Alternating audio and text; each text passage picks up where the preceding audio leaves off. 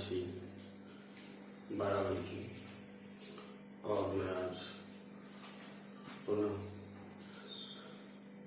We commerce chemistry class में आपका स्वागत करता हूँ। आज 12th क्लास के लिए यूनिट फर्स्ट का ही चैप्टर 2 सॉल्यूशन पे थोड़ा सा हम प्रकाश डालेंगे। तो सॉल्यूशन क्या है? Solution is a homogeneous mixture of two or more than two components in which phase is one। यानी विलयन क्या है? दो या दो से अधिक प्रकार के घटकों का एक समांगी मिश्रण जिसमें पूरे बल्क में एक जैसा दिखना चाहिए। तो वो जो है क्या है? सॉल्यूशन होता है, यानी विलयन होता है। अब बात आती है विलयन कितने टाइप के हो सकते हैं। अच्छा, अब जो सॉल्यूशन होता है इसमें दो पार्ट है। जो ज्यादा अमाउंट में है यानी इसके दो पार्ट होंगे, एक है सॉल्यूट और एक है सॉल्वेंट। जो सॉल्यूट होता है वो माइनर पार्ट होता है और जो सॉल्वेंट होता है वो मेजर पार्ट होता है। सॉल्यूट कई सारे भी हो सकते हैं और वो सारे सॉल्यूट्स जो क्या सॉल्वेंट में जो है डिसॉल्व होने वाले हों, ऐसा भी जरूरी है। तो इसका जो होमोजेनियस मिक्सचर होता है वो सॉल्यूशन है। अब अगर हम इसके टाइप्स पर देखें तो ये कई टाइप के हो सकते हैं, जैसे डाइल्यूट सॉल्यूशन। डाइल्यूट सॉल्यूशन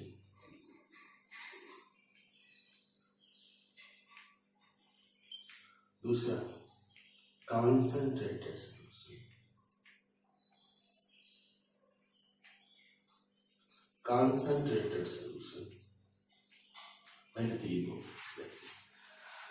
अगर जब तक ये दो सॉल्यूशन नहीं हो, इस तरह से दो सॉल्यूशन मान लीजिए किसी कंटेनर में है और इसकी कंसंट्रेशन C1 है, इसकी कंसंट्रेशन C2 है, यानी डिफरेंट है, सेम नहीं है। और तो इसका मतलब है कि ये दो टाइप के सॉल्यूशन है। अब इसमें अगर कहा जाए कि C1 is greater than C2, यानी इसकी कंसंट्रेशन ज्यादा है इसकी कंसंट्रेशन से, तो ये कंसंट्रेटेड सॉल्यूशन हो गया और ये डाइल्यूट सॉल्यूशन हो गया। इसका मतलब है जब तक दो सॉल्यूशन हमारे पास ना हो तब तक हम ये नहीं कह सकते कि कंसंट्रेटेड है कि डाइल्यूट सॉल्यूशन है। तो solution are two types on the basis of amount of solute which is dissolved in same amount of solvent, same volume of solvent at a given temperature। तो solute, dilute और concentrated solution इस type का होगा। अब हम एक चीज देखते हैं कि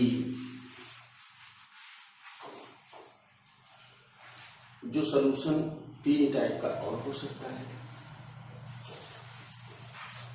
जैसे पहला है अनसैचुरेटेड सॉल्यूशन।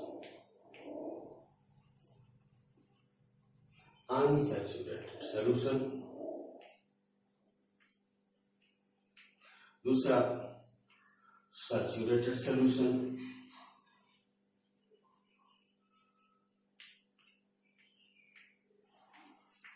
तीसरा सुपर सैचुरेटेड सॉल्यूशन। इस आधार पर देखिए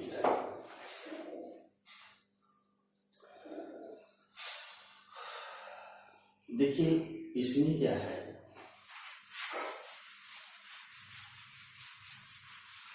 जब हम किसी सॉल्यूट को डिफरेंट या कांस्टेंट टेम्परेचर पर एक डेफिनेट अमाउंट के सॉल्वेंट में डिजॉल्व करते हैं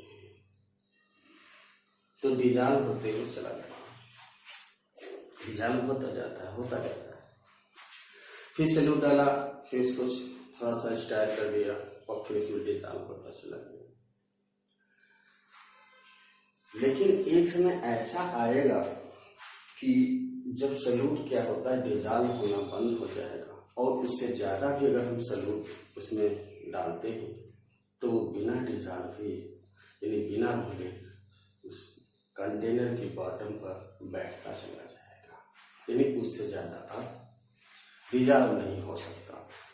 लेकिन ये तभी पॉसिबल है जब टेम्परेचर इसका कांस्टेंट रखें। तो इसका मतलब है कि जब वो डिजॉल्व होना बंद कर देता है और अगर एक्सेस अमाउंट में डालते हैं सैल्यूट को तो settle down on the bottom without dissolving. तो इस स्थिति में जो सॉल्यूशन मिलकर तैयार होता है उसको हम जो है क्या बोलते हैं, सैचुरेटेड सॉल्यूशन। तो सैचुरेटेड सॉल्यूशन एक ऐसा सॉल्यूशन है जो एक गिवन टेम्परेचर पर एक डेफिनेट अमाउंट के सॉल्यूट को ही डिजॉल्व कर सकते हैं, डेफिनेट अमाउंट के सॉल्वेंट में उससे ज्यादा डिजॉल्व ना कर सकें, उस सॉल्यूशन को क्या बोलते हैं, सैचुरेटेड सॉल्यूशन या संतृप्त विलयन कहते हैं।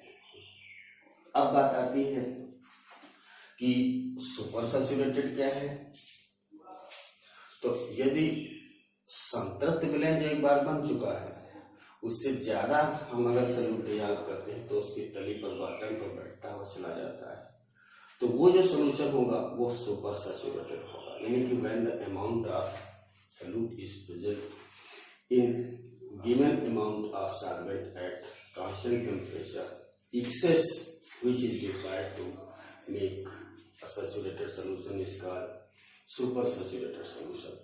यानी जो ज्यादा मात्रा में उपस्थित हो सॉल्यूट यानी के लिए जो कि आवश्यक है एक सॉल्यूशन बनाने के लिए, संतृप्त बनाने के लिए, तो उस सॉल्यूशन को हम सुपर सैचुरेटेड सॉल्यूशन कहते हैं। और अगर अनसैचुरेटेड सॉल्यूशन की बात करें तो अगर अमाउंट कम है सैचुरेटेड सॉल्यूशन बनाने के लिए, सॉल्यूट की मात्रा अगर कम है तो उसको हम अनसैचुरेटेड सॉल्यूशन कहते हैं। अब देखिए इसमें क्या है कि एक अगर हम देखें, मान लीजिए ये एक हमारे पास कंटेनर है, ये एक क्या है कंटेनर है और ये सॉल्वेंट है इसमें लिया है।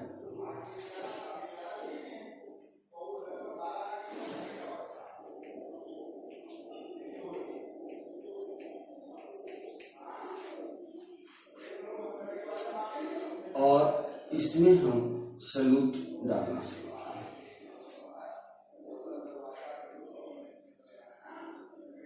सॉल्यूट डिजॉल्व करना शुरू करें, तो भी कोई एक डिफरेंट अमाउंट में है, तो ये जो बन के तैयार हुआ वो क्या होगा, सॉल्यूशन होगा, और इसको क्या कहेंगे, ये सॉल्वेंट है। अब देखिए इसमें क्या होता है, एट ए गिवन टेम्परेचर जो इसमें सॉल्यूट आ गया है वो क्या हो सकता है, ये देखिए सॉल्यूट है, ये सॉल्यूट है,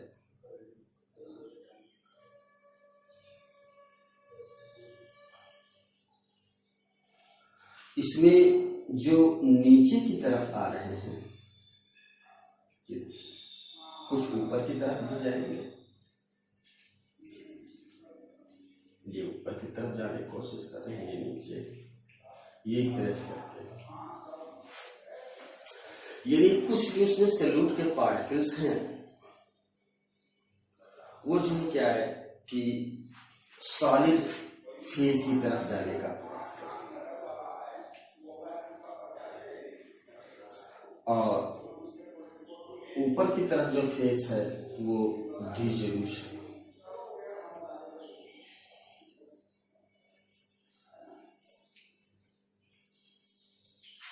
डिसोल्यूशन। तो ये जो ऊपर की तरफ ये वाले हैं जो सॉलिड फेज से सॉल्यूशन फेज की तरफ जाने का प्रयास करते हैं, तो वो डिसोल्यूशन की तरफ टेंस हैं ये जा रहे हैं। और वो सॉल्यूट के पार्टिकल्स जो सॉल्यूशन से सॉलिड फेज की तरफ आने का प्रयास करते हैं। सॉलिड फेज क्या है? जो बॉटम पे जो है क्या सेटल डाउन हो गया सुपर सैचुरेटेड के लिए। ये एक सुपर सैचुरेटेड सॉल्यूशन है, सुपर सैचुरेटेड।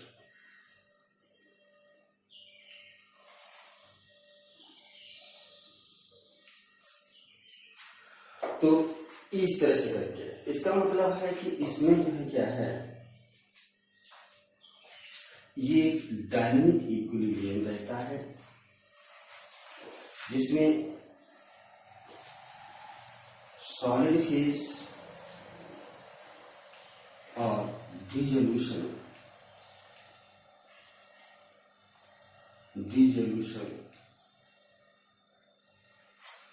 इन दोनों के बीच डायनेमिक इक्विलिब्रियम रहता है।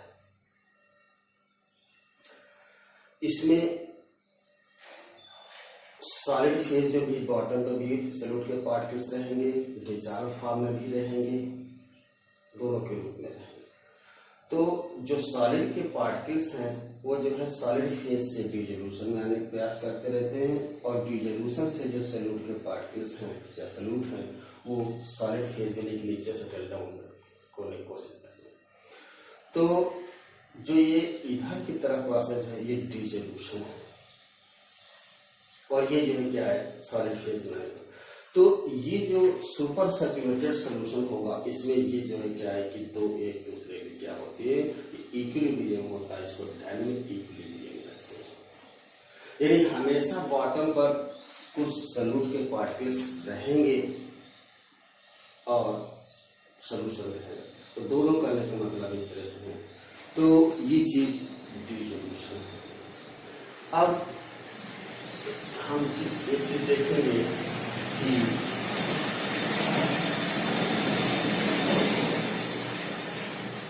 ये डिसोल्यूशन मैकेनिज्म कैसा है, मैकेनिज्म ऑफ डिसोल्यूशन।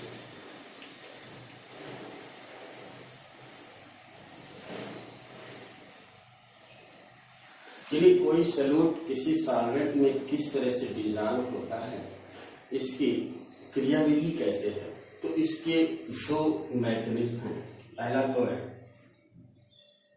डिसोल्यूशन,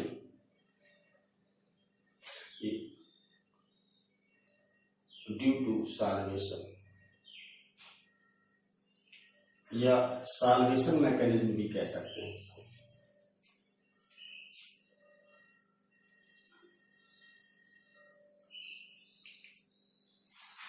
देखिए इसमें क्या होता है,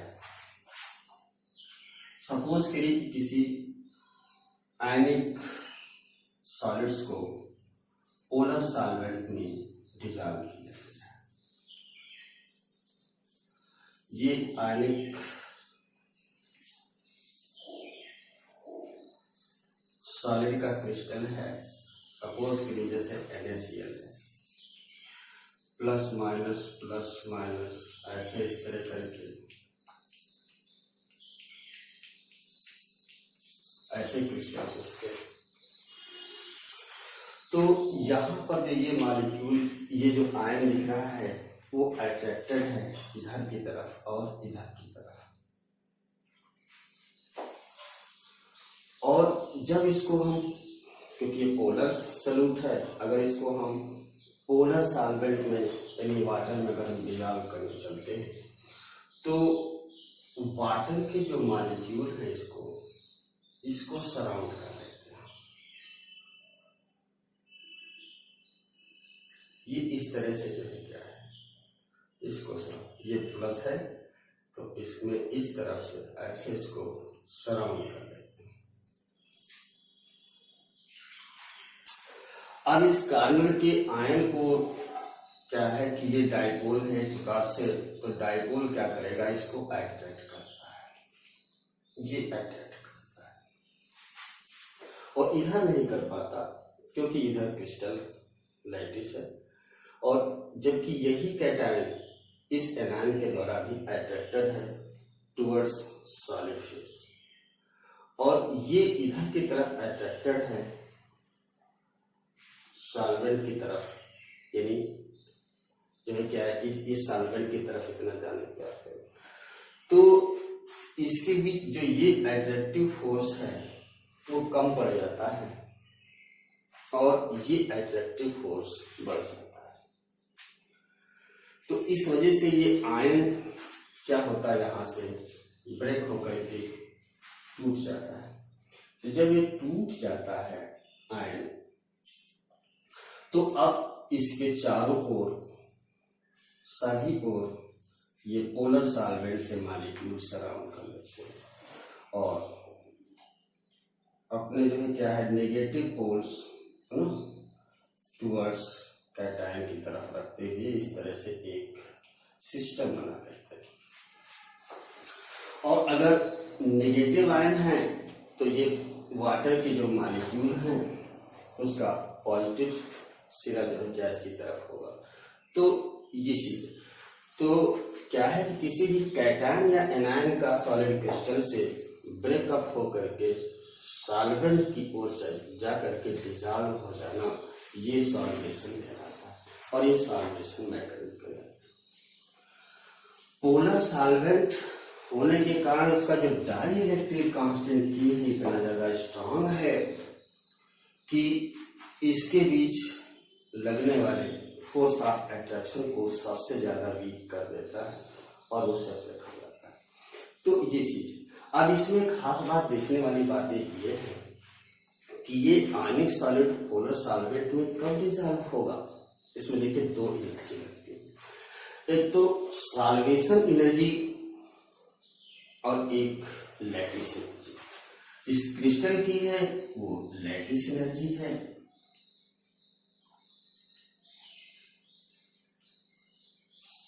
और सॉल्वेशन एनर्जी है जो डिसॉल्व होने के लिए लगती है। ये देखिए, तो ये डिसॉल्व तभी होगा जब लैटिस एनर्जी जो है क्या है कम हो और सॉल्वेशन एनर्जी ज्यादा हो, तभी ये चीज क्या है कि इसमें डिसॉल्व होगा। तो ये है हमारा सॉल्वेशन मैकेनिज्म से जो है क्या है इस तरह से होता है। अब हम दूसरा देखेंगे solvation due to dissolution due to hydrogen bonding. Dissolution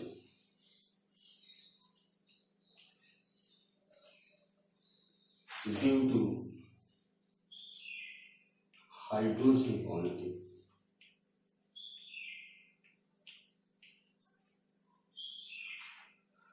यानी हाइड्रोजन बंध बनने के कारण कैसे डिसॉल्व होता है वो होता है। देखिए क्या होता है, कभी कभी ऑर्गेनिक यानी नॉन पोलर सॉल्यूट भी सॉल्यूट पोलर सॉल्वेंट में डिसॉल्व हो जाते हैं, जैसे वाटर में डिसॉल्व हो जाते हैं। तो क्या रीजन हो सकता है कि वैसे तो क्या होता है कि polar solvent polar solute polar solvent में और non polar solute non polar solvent में डिसॉल्व होते हैं, ये ऑर्गेनिक है। लेकिन कभी कभी क्या होता है कि कुछ organic compounds like sugar, glucose, urea etc are dissolved in polar solvent like water. Why? तो कभी कभी ऐसा क्यों होता है? तो देखिए, ऐसे ऑर्गेनिक कंपाउंड जिसमें जो है क्या है कि हाइड्रोक्सी बॉन्ड ग्रुप यानी OH इस तरह करके कहीं होते हैं और वो वाटर के मॉलिक्यूल के बीच हाइड्रोजन बॉन्ड बना लेते हैं, तो भी जो है वो डिसॉल्व हो जाते हैं। तो इसमें ऐसे ही है। इसमें देखिए क्या होता है कि जैसे शुगर का कोई एक हमने ये पार्ट ले लिया, ये देखिए, इसमें एक हाइड्रोक्सी, ये देखिए इस तरह, ये शुगर एक फ्रेगमेंट है, अ फ्रेगमेंट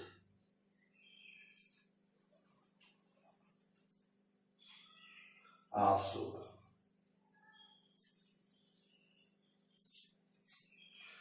और जब कभी भी ये वाटर मॉलिक्यूल के कांटेक्ट में या क्लोज में आता है,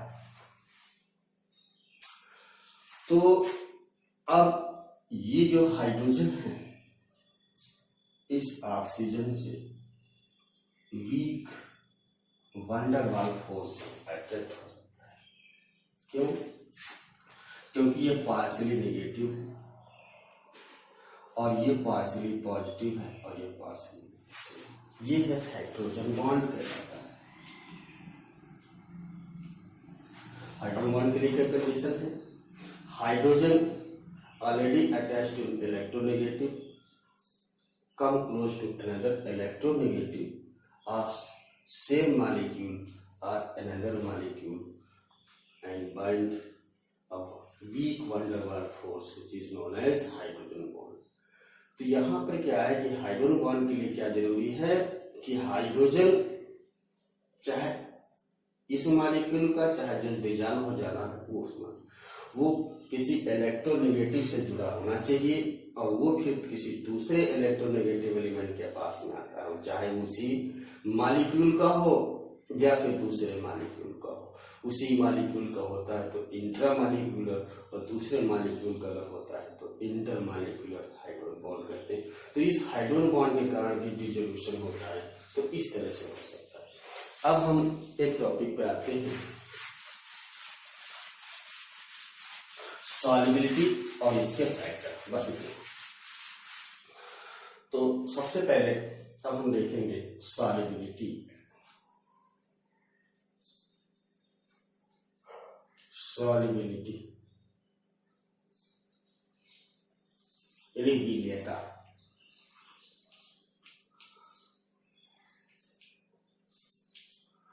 देखिए क्या होता है, कोई सॉल्यूट का डेफिनेट अमाउंट किसी डिफरेंट अमाउंट के सॉल्वेंट में एक डिफरेंट टेम्परेचर पर जो डिसॉल्व हो सकती है ज्यादा से ज्यादा मात्रा, वही उसकी सॉल्युबिलिटी कहलाती है। The amount of solute which is can be dissolved in a definite amount of solvent at given temperature is called solubility of its solute। यानी कोई पदार्थ की वह अधिकतम मात्रा जो विलायक में एक निश्चित ताप पर घुल सकती है वही उसकी सॉल्युबिलिटी कहलाती है। वैसे इस तरह से भी कहा जा गया है कि सॉल्यूट की वह मात्रा जो एक 100 ग्राम प्योर सॉल्वेंट को एक सैचुरेटेड सॉल्यूशन बनाने के लिए आवश्यक होती है, वो भी डिफरेंट टेम्परेचर पर, वही उसकी सॉल्युबिलिटी कहलाती है। The amount of solute which is required to make a saturated solution of 100 gram of pure solvent at given temperature is called solubility. ये भी चीज कहलाती है। सॉल्युबिलिटी को ऐसे डिनोट करते हैं और इसकी यूनिट ग्राम पर लीटर या मोल पर लीटर उसे इस तरह से हो सकती है। तो ये है सॉल्युबिलिटी, यानी कोई सॉल्यूट किसी सॉल्वेंट में कितना ज्यादा से ज्यादा डिसॉल्व हो सकता है वही उसकी सॉल्युबिलिटी कहलाती है। ये नेचर पर डिपेंड करता है, सॉल्यूट कैसा है या सॉल्वेंट कैसा है, टेम्परेचर कम है कि ज्यादा है, प्रेशर क्या प्रभाव है, कम, ये तो इसके फैक्टर है। तो ये सॉल्युबिलिटी कहलाती है। अब हम समझते हैं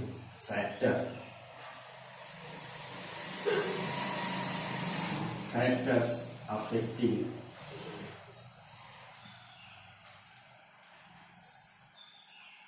solubility.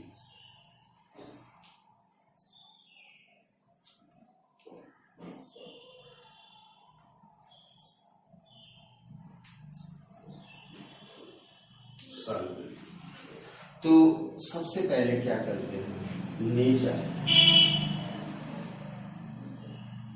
Nature of solute and solvent.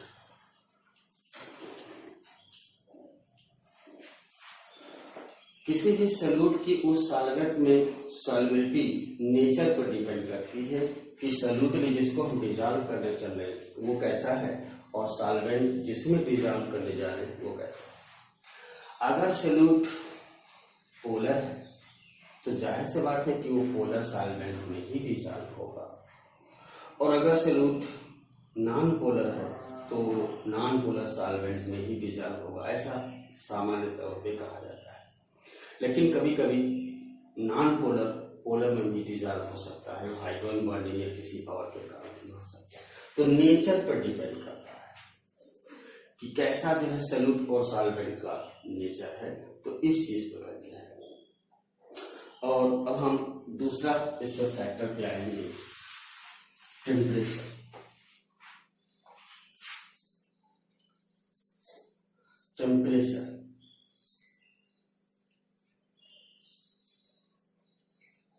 देखिए, अब टेम्परेचर क्या होता है, जब हम सॉल्यूट को सॉल्वेंट में डिजॉल्व करने चलते हैं तो टेम्परेचर अगर बढ़ता है या घटाते हैं तो उसके जो है सॉल्युबिलिटी पर फर्क पड़ना चाहिए, यदि वो प्रभावित होना चाहिए।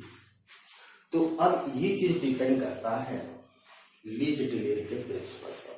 जैसे सपोज करिए कोई सॉल्यूट है, इसको जो है क्या है कि वाटर में हमने डिसॉल्व किया और ये सॉल्यूशन बना।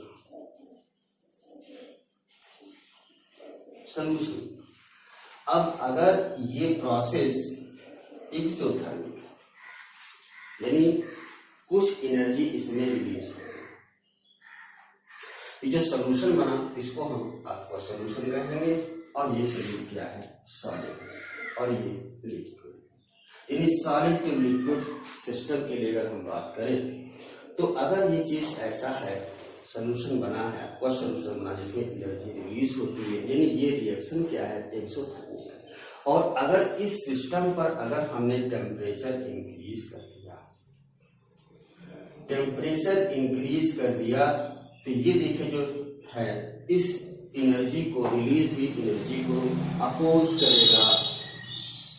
इसका मतलब है एनर्जी को नहीं करने देना, because we increase temperature at this system. इसमें इक्विलिब्रियम हो जाता है, ऐसा भी कह सकते हैं। तो अपोज करेगा, इसका मतलब है एनर्जी कम निकल पाएगी, और जब कम निकल पाएगी इसका मतलब है सिस्टम या प्रोसेस इधर से इधर के बजाय इधर से इधर की तरफ जाने का प्रयास करेगा।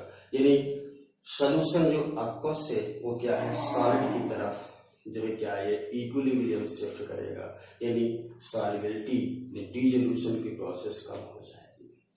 इसका मतलब है कि अगर एक्सोथर्मिक प्रोसेस है उसमें अगर हम टेम्परेचर इंक्रीज करते हैं तो उसकी सॉल्युबिलिटी कम होगी, यानी डिसॉल्व कम होगा।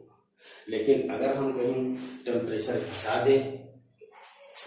देंगे, इसका मतलब है कि इस एनर्जी को हम रिमूव करते जा रहे हैं, निकली हुई एनर्जी को, तो ये प्रोसेस फेवर करेगा टुवर्ड्स फॉरवर्ड डायरेक्शन, यानी सॉलिड स्टेट से, यानी सॉलिड फेज से सॉल्यूट वो aqueous डिसोल्यूशन के फॉर्म में, यानी सॉल्यूशन की तरफ, aqueous सॉल्यूशन की तरफ जाएगा, और यानी सॉल्युबिलिटी बढ़ जाएगी। तो डिपेंड करता है कि वो प्रोसेस एक्सोथर्मिक है कि एंडोथर्मिक है। इसका मतलब अगर डिसोल्यूशन में प्रोसेस एक्सोथर्मिक है तो टेम्परेचर बढ़ाने पर सॉल्युबिलिटी कम होगी, और अगर एंडोथर्मिक है तो टेम्परेचर बढ़ाने पर सॉल्युबिलिटी उसकी बढ़ेगी। तो ये चीज था टेम्परेचर डिपेंडेंट प्रोसेस। अब हम देखते हैं कि कॉमन आयन इफेक्ट कैसे, तीसरा कॉमन आयन इफेक्ट। देखिए इसमें क्या होता है, समान प्रभाव। सॉल्यूट को जिसको हम डिसॉल्व करने जा रहे हैं किसी सॉल्वेंट में, तो कोई सॉल्यूट का कोई ऐसा कोई आयन उस सॉल्वेंट में या उस मिक्सचर में पहले से ही अवेलेबल नहीं है। अगर वो पहले से अवेलेबल है वही आयन, कोई एक आयन, तो फिर क्या होता है कि उन दोनों में रिपल्शन होता है। रिपल्शन की वजह से जो है क्या होगा कि वो उधर से पहले प्रोसेस की तरफ आने का प्रयास करता है। कहने का मतलब है अगर कोई एक आयन है सॉल्यूट का जिसको हम वाटर में डिजॉल्व किया मान लीजिए और वो सॉल्यूशन बना आपका सॉल्यूशन, और इसमें कोई आयन ऐसा है, सपोज करिए OH आयन है, सपोज इसमें ये है और इसमें भी OH आयन है पहले से, तो इसका मतलब है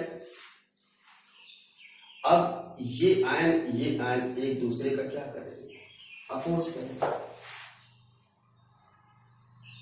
और जब अपोज करेंगे तो वो जो है क्या है कि प्रोसेस यानी सॉलिड की तरफ आने का प्रयास करेगा और उसकी सॉलिबिलिटी कम हो जाएगी। अब इसका दूसरा एग्जाम्पल अगर हम देखें तो देखिए क्या है, जैसे सोडियम एसीटेट, ये आयनिक सॉल्ट है, इसको हम आयन के फॉर्म में ऐसे देख सकते हैं और ऐसे में डिजॉल्व करने चलते हैं और ये वीक है सॉल्यूट है, इसलिए इसका ऐसे आयोडाइजेशन होगा। ये स्ट्रांग है, ये वीक है, तो ये क्या है इस तरह से ब्रेकअप होकर के वो फिर इस रूप पे वापस नहीं लौटेगा, और ये वीक है, इस वीक की वजह से क्या होगा ये इक्विलिब्रियम में रहेगा।